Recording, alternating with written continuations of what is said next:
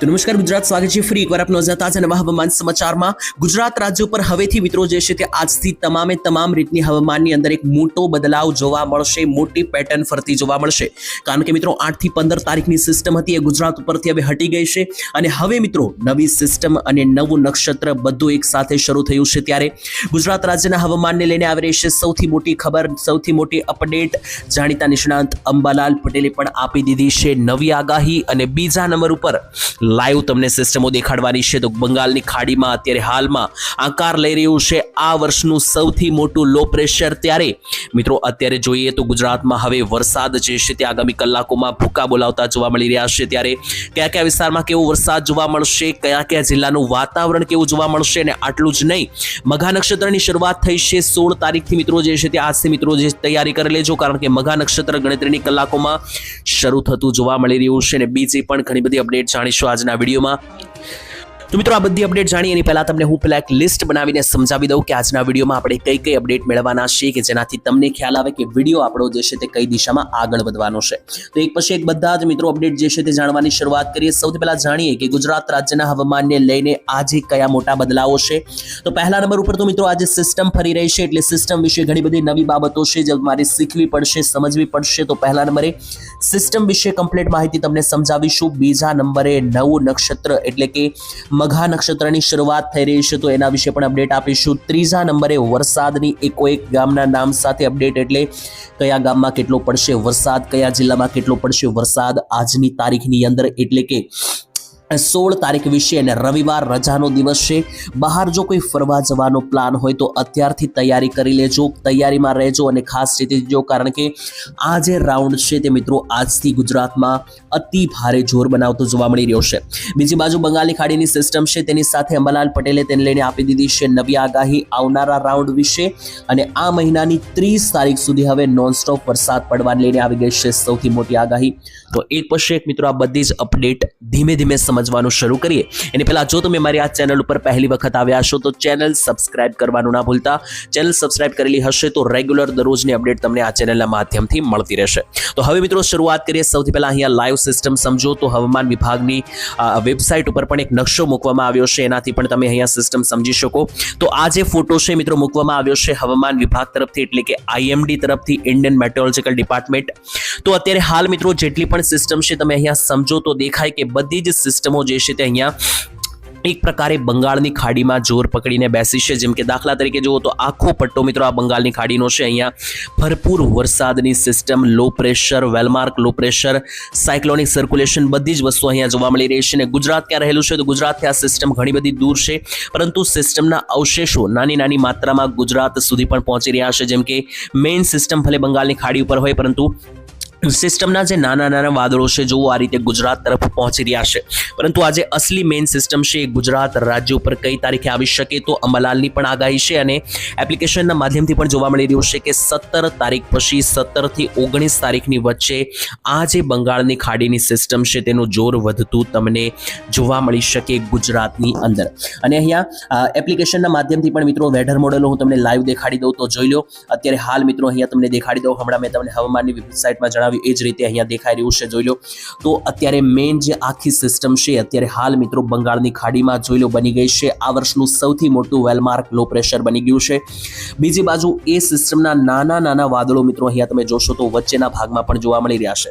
તો આજે વચ્ચેના ભાગમાં નાના વાદળો છે એને કારણે જ ગુજરાતમાં આજે વરસાદની ઘણી બધી જગ્યાએ ભારેથી મધ્યમ વરસાદની આગાહી છે, પરંતુ જ્યારે નીચેથી આ રીતનું આ જે મોટું લો પ્રેશર છે બંગાળની ખાડીમાં એ જ્યારે અહીંયા ગુજરાત ઉપર સીધું આવશે ત્યારે 17 થી 19 તારીખની વચ્ચે આવવાનું છે, ત્યારે અસલી રાઉન્ડ જે છે તે આ શરૂ થતો તમને જોવા મળશે।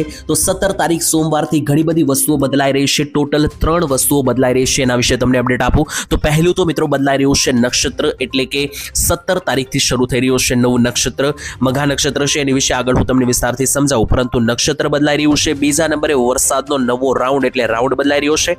અને ત્રીજું મિત્રો અઠવાડિયું બદલાઈ રહ્યું છે, કારણ કે સોમવાર તો નવું અઠવાડિયું, નવો દિવસ, નવું નવું નક્ષત્ર અને નવો રાઉન્ડ બધી વસ્તુઓ એક સાથે ગુજરાતમાં 17 તારીખથી જે છે તે તાંડવ મચાવતું જોવા મળશે. તો ચાલો એક પછી એક લિસ્ટ જાણીએ કે કઈ કઈ જગ્યાએ કઈ રીતનું મિત્રો જે છે તે આપણી પાસે લિસ્ટ આવી રહ્યું છે. ફોટા જાણીએ તો સૌથી પહેલા હવામાન વિભાગે 16 તારીખ રવિવાર બપોર પછીથી લઈને મિત્રો રાત્રિ સુધીના જે વરસાદનું એલર્ટ છે તેની અંદર જોઈ લો. નાવકાસ્ટ અનુસાર જાહેર કર્યો છે નકશો.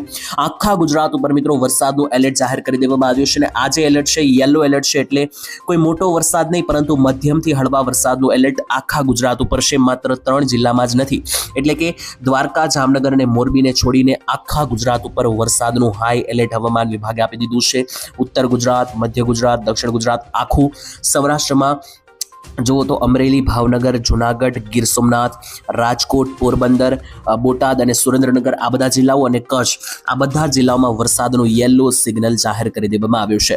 અને બીજો ફોટો અને નકશો જણાવતો ગુજરાતમાં વરસાદ પણ સારો પડ્યો છે. 16 તારીખ રવિવાર સવારના સમયગાળા સુધી જે વરસાદ પડ્યો છે એનું લિસ્ટ જોઈ લો. ખેડા જિલ્લામાં સારા વરસાદો મિત્રો પડ્યા છે. 3 થી 4 ઇંચના વરસાદો છે, જેમાંથી ખેડાની અંદર, મટારની અંદર 1 ઇંચ વરસાદ છે, પ્રોપર ખેડામાં 1 ઇંચ વરસાદ છે, તેની સાથે નડિયાદની અંદર પણ 1.5 ઇંચ વરસાદ, કથલ, મહુધા અને તેની સાથે સાથે ઘણા બધા અન્ય ક્ષેત્રો છે જે ખેડાના ત્યાં 1.5 થી 1 ઇંચના વરસાદ પડ્યા છે. આની સિવાય મિત્રો જુઓ તો વલસાડનું જે નાનપોંડા છે ત્યાં પણ 1 ઇંચનો વરસાદ, ભરૂચનું નેત્રાંગમાં 1 ઇંચ, નવસારીનું ગંડેવી, વલસાડનું પારડી, ભાવનગરનું તળાજા આ બધી જગ્યાએ 1.5 થી લઈને 1 ઇંચના વરસાદ પડ્યા છે. અને ઝાપટા સ્વરૂપે ઘણા બધા જિલ્લાઓમાં વરસાદ 1.5 ઇંચ સુધીના, જેમાં ડાંગ, જુનાગઢ, સુરત, નવસારી, વલસાડ, છોટાઉદેપુર, મહેસાણા, સૌરાષ્ટ્રના ભાગો આ બધી જગ્યાએ વરસાદી આંકડા 16 તારીખ રવિવારની સવાર સુધીમાં નોંધાયા છે. અને હજુ જોવો મિત્રો તો ગુજરાતમાં જે છે તે 16 તારીખ અને રવિવાર માટેની જે અપડેટ છે તેમાં પવન પણ સારો નીકળતો જોવા મળી રહ્યો છે. ઇવન 48 કિલોમીટર પ્રતિ કલાકથી લઈને 50 ઉપરનો પવન, જેમાં ખાસ દક્ષિણ ગુજરાતના જે ક્ષેત્રો છે છોટાઉદેપુરથી માંડીને વલસાડ, નવસારી, ડાંગ, નર્મદા, તાપી, સુરત, ભરૂચ આ બધા વિસ્તારોમાં 40 થી લઈને 50 કિલોમીટર પ્રતિ કલાકના પવનો જોવા મળી રહ્યા છે. સૌરાષ્ટ્રમાં પણ ભાવનગર, અમરેલી, ગીર સોમનાથ, જૂનાગઢની અંદર પણ તમને 35 થી 40 કિલોમીટરના પવનો એટલે ભારે પવનો નીકળતા આજે જોવા મળી શકે.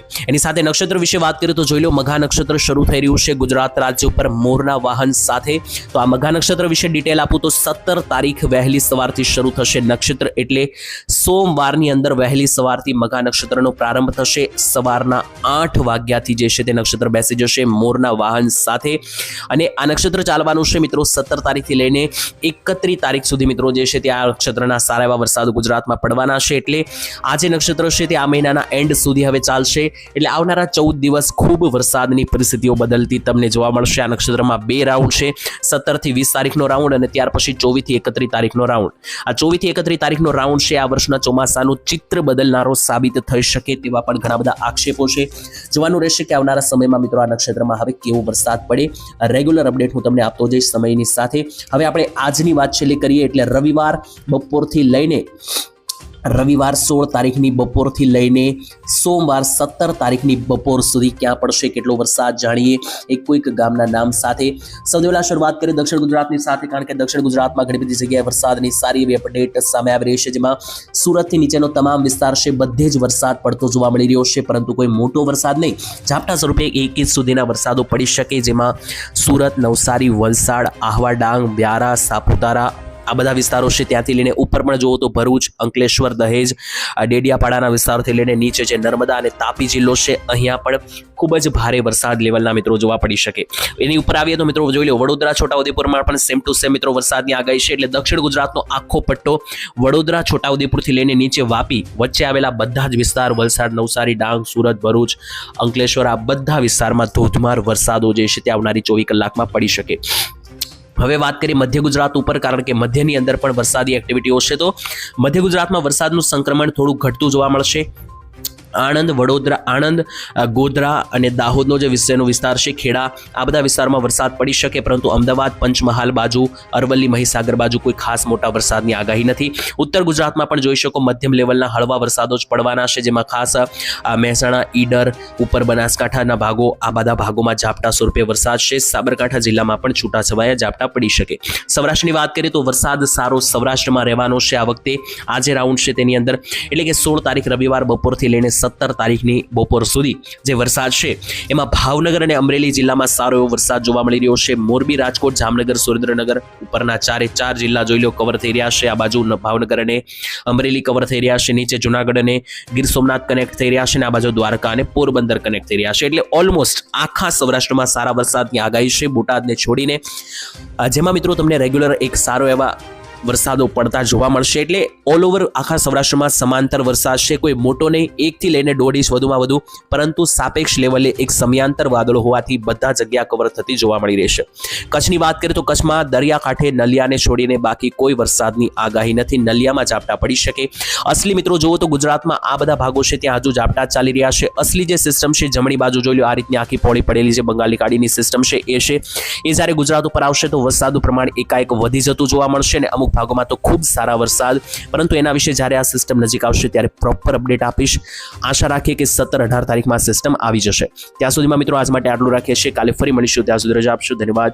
જય માતાજી, જય દ્વારકાધીશ, જય હિન્દ.